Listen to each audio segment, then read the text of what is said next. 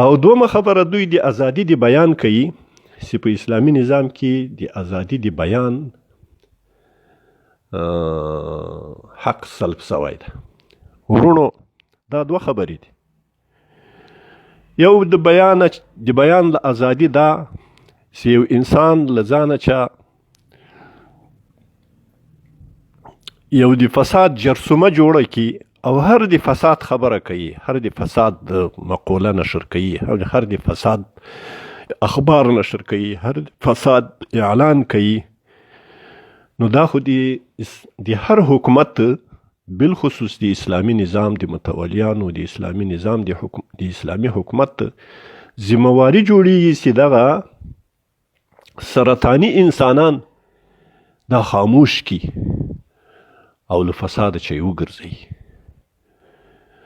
هغه د خدای په حقوقو کې د الله په متعلق د دین په رابطه، د مسلمان د حق په رابطه، د انسان د حق په رابطه باندې هغه باید ظلم ونه کړي، زیاتی ونه کړي، حق تلفي ونه کړي، په حقوقو باندې سترګې پټې نه کړي، په حقایقو باندې سترګې پټې نه کړي. او یو که ازادي د بیان چې دا مطلب یې چې یو څوک سالم انتقاد کوي، یو نقصان یې په چا کې هغه نقصان په هغه ته برملا کوي، هغه ته وایي، هغه نقصان باندې ګوته ورته ږدي، هغه تنقید پې باندې کوي. دا په اسلامي نظام کې نه تنها دې ته ګنجایش ورکړ سوی ده او دې دپاره مجاز سته، بلکې دا په اسلام کې فرض ده، حق ده، لازم ده، جهاد اکبر ده. رسول الله صلی الله علیه وسلم فرمایي چې د ظالم پاچا په مقابل کې د حق کلمه ویل دا جهاد اکبر ده. او رسول الله صلی الله علیه وسلم فرمایي من رأى منکم منکرا فلیغیره بیده. د بیان په اندازه باندې څه چې د لاس په طاقت باندې به هغه دفع کوي، هغه منکر مخه به نیسي، هغه که پاچا کړی، که والي کړی، که وزیر کړی، که مامور کړی، که امیر کړی، دیغه مخه به نیسي. فإن لم يستطع فبلسانه که د لاس طاقت نو بیا به په ژبه باندې دفاع کوي، مخنیوی به کوي، تنقید به پې باندې کوي، اعتراض به پې باندې کوي، احتجاج به پې باندې کوي. او مقصد هغه به ورته پیښوي چې دغه نقصان سوی ده، دغه نقصان ده. دا نه تنها چې نفس حق ورکړ سوی ده، جواز ده او مجاز ده، په اسلامي نظام کې اجازت دی ویلو ده، بلکې اجازت نه، دا د مسلمان په باره کې ویل فرض دی. او مسلمان اسلامي نظام دغسې خلق باید تشجیع کی، ترغیب کی، تشویق کی چې دغه حقایق ووایي، که پاچا په مقابل کې، که د وزیر په مقابل کې، که د یو مسؤل په مقابل کې. تر دې چې رسول الله صلی الله علیه وسلم فرمایي چې که په ژبه باندې نسی ویلی یو څوک داسې ظالم یي، نو په زړه کې به کرکه ورسره کوي. نو دا اوس ازادي د بیان سوه که نه سوه؟ له بلې خوا صحیح حدیث ته، د مسلم شریف حدیث ته رسول الله صلی الله علیه وسلم فرمایي چې دغه دین لب لباب د دین، خلاصه او فضلکه او محصول د دین هغه نصیحت او خیرخواهي ده.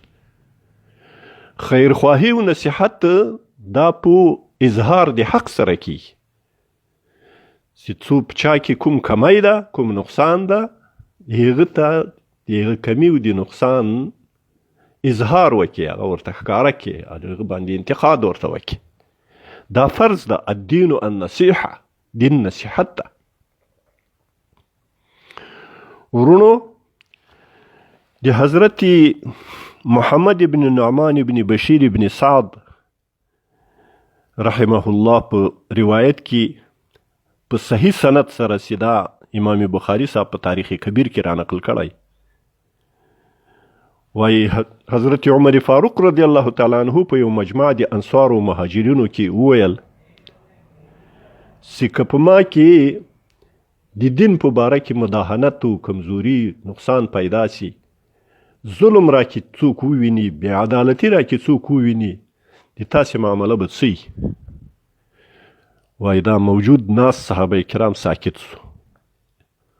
دوم ځل یې دا خبره مقرر کړه، دریم ځل یې دا خبره مقرر کړه. بشیر ابن سعد رحمت الله تعالی رضی الله تعالی عنه دا د دغه روایت روایت کوم روایت دا امام بخاری صاحب را نقل کړی ده، دا دغه راوي جد ده چې کوم روایت باندې امام بخاری صاحب حواله کړې ده چې محمد ابن نعمان د هغه جد ده.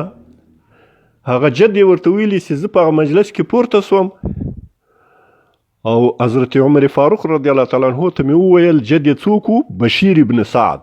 بشیر ابن سعد ورته پورته سوی ده په مجلس کې، ورته وایي عمره که د دین او د اسلام مخالفت وکړي، ظلم وکړي، عدالت ونه کړي، نو په دې توره باندې به دې سموم، او په دې توره باندې به دې داسې سموم لکه غیڅه چې څوک په نښه باندې سموي، داسې به دې برابروم. نو حضرت عمر فاروق رضی الله تعالی عنه ډیر خوشحاله کیږي او ورته فرمایي چې وانتم اذن انتم، که په تاسې کې دا همت ستا نو بیا تاسې یاست.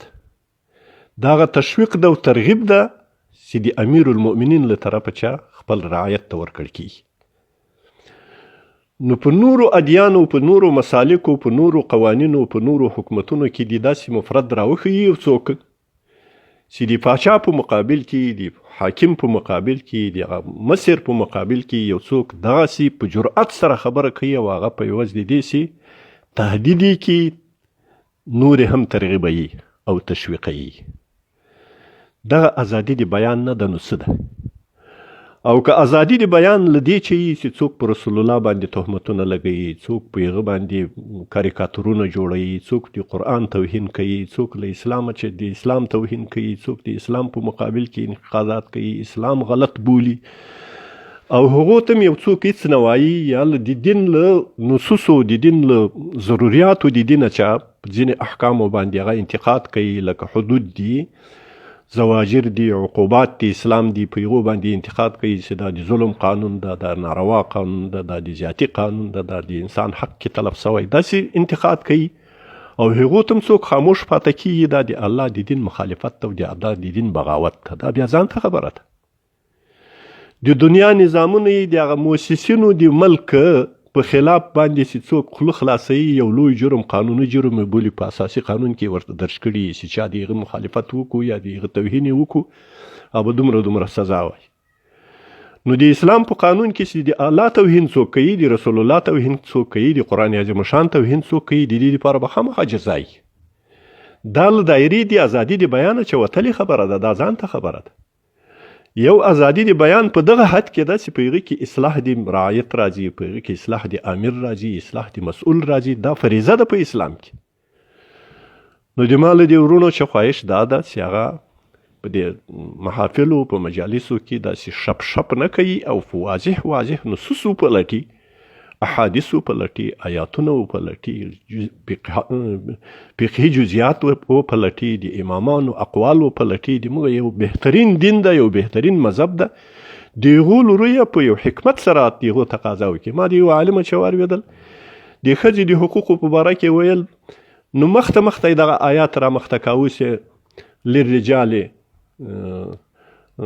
الرجال قوامون علی النساء، یا رجالو درجه ده، په داسې ده، د خدای تعالی کلام ده، د خدای آیات ده، په خپل ځای کې به ویل کیږي، په خپل مقام کې به ویل کیږي. ته د ښځو حقوق بیانوې او وایې الرجال قوامون علی النساء. دا یو حماقت ده، یو بیاکلتوب ده، او د دین تحلیل، د دین دعوت، د دین تبلیغ دا په یو حکمت باندې کیږي، د حکمت په تقاضا باندې کیږي. الله تبارک وتعالی فرمایي چې ادعو الى سبیل ربک بالحکمه والموعظه الحسنه وجادلهم بالتي هي احسن. نو دا د مسلمانانو د پاره ذمہواری ده، خصوصا د علماو د پاره چې هغه با قناعته، با شعوره، با استدلاله اوسیږي، با عقل اوسیږي، با تدبیر اوسیږي، با حکمت اوسیږي. اقول قولي هذا استغفر الله لي ولكم ولجميع المؤمنين والمؤمنات.